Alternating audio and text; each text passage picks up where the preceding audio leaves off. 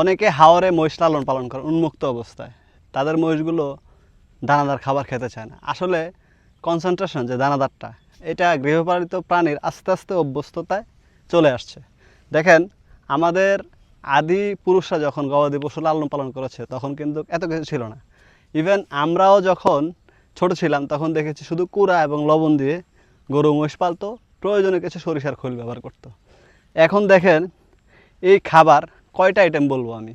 গমের ভুসি, এরপর হচ্ছে ভুট্টা ভাঙা, ডিওআরবি, রাইস পলিশ, রাইস হাঁস, ভুট্টা, খেসারি, মশারি, ডাবরি, অ্যাঙ্কার, তিলের খোল, সরিষার খোল, এরপরে হচ্ছে আপনার সয়াবিন, সয়াবিনের হাঁস, সয়াবিনের ভুসি, ভুট্টার ভুসি, মানে এরপর হচ্ছে আমাদের মানে ডাল জাতীয় আরও অনেক ধরনের ভুসি আছে যেগুলোর নাম এখন মনে পড়তেছে না।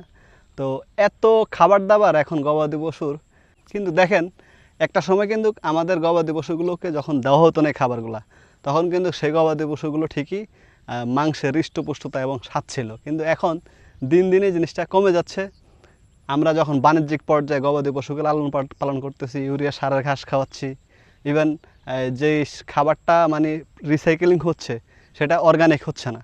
অর্গানিক বলে অনেকে, অর্গানিকের একটা সংজ্ঞা আছে, শুধু আকাশের যে মেঘ, সেই মেঘের পানি দ্বারা যদি আপনি কোনো ফসল উৎপাদন করেন সেটা হবে অর্গানিক। তারপরে মাটিটাও সেইভাবে তৈরি করতে হবে। আমাদের মাটিতেও জৈব চেয়ে আমাদের রাসায়নিক সারের পরিমাণ বেশি। তো আসলে জৈব এবং রাসায়নিকের সংমিশ্রণে যে এখন উৎপাদন হচ্ছে, অনেকে অর্গানিক বলে, কিন্তু এটা অর্গানিক হবে না।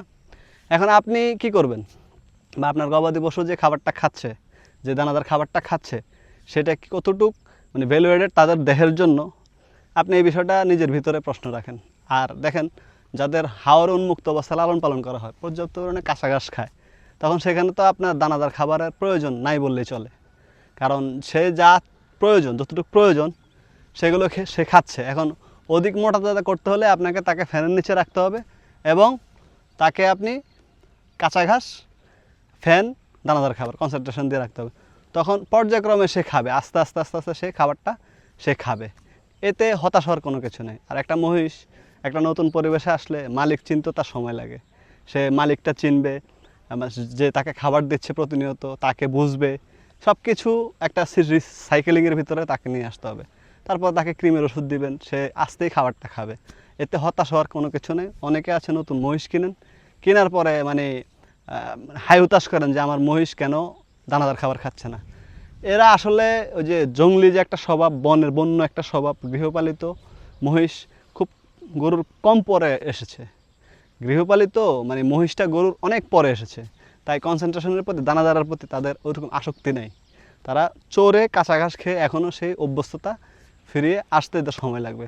এত হতাশ হওয়ার কিছু নেই। যারা এই সমস্যাগুলো ফেস করেন তাদের জন্য আমার পরামর্শ হচ্ছে, আপনি তাকে শেডে যখন রাখবেন, এক বেলায় তাকে কাঁচা ঘাস দিবেন, মানে উন্মুক্ত অবস্থা রাখবেন, আরেক বেলা শেডে রাখবেন। আধা কেজি 1 কেজি করে করে করে করে করে সামনে দিবেন। ধীরে ধীরে ধীরে ধীরে সে যখন দানাদার খাবারটা খাবে, তখন আস্তে আস্তে তার রুমেন সেই খাবারটা হজম করবে। রুমেন চিনতে হবে, তার যে পাকস্থলী, গবাদি পশুর পাকস্থলী 4টা, একটা চেম্বার থেকে আরেকটা চেম্বারে যাইতেও তো সময়ের প্রয়োজন, বা ওটা চিনতেও সময়ের প্রয়োজন। সেই সময়টা তাকে দিতে হবে। ধীরে ধীরে তাকে যখন সামনে আস্তে আস্তে অল্প অল্প করে দেবেন, দেখবেন আপনার গবাদি পশু সেই খাবারটা খাবে এবং এই সমস্যা থেকে আপনি পরিত্রাণ পাবেন। ভালো থাকবেন, সুস্থ থাকবেন। আমার এই চ্যানেলে হতে পারে আমি দীর্ঘ কন্টিনিউ ভিডিও দিতে পারবো না, একটু ব্যস্ততা। সকলের ভালোবাসা এবং দোয়া কামনা করছি। সকলে সুস্থ থাকবেন। আল্লাহ আপনাদের সকলকে সুস্থ রাখুক, ভালো রাখুক। আমার জন্য দোয়া করবেন, আমি আপনাদের জন্য দোয়া করি। আজকের মতো বিদায় নিচ্ছি। দেখা হবে অন্য একদিন অন্য কোনো বিষয়বস্তু নিয়ে। আসসালামু আলাইকুম।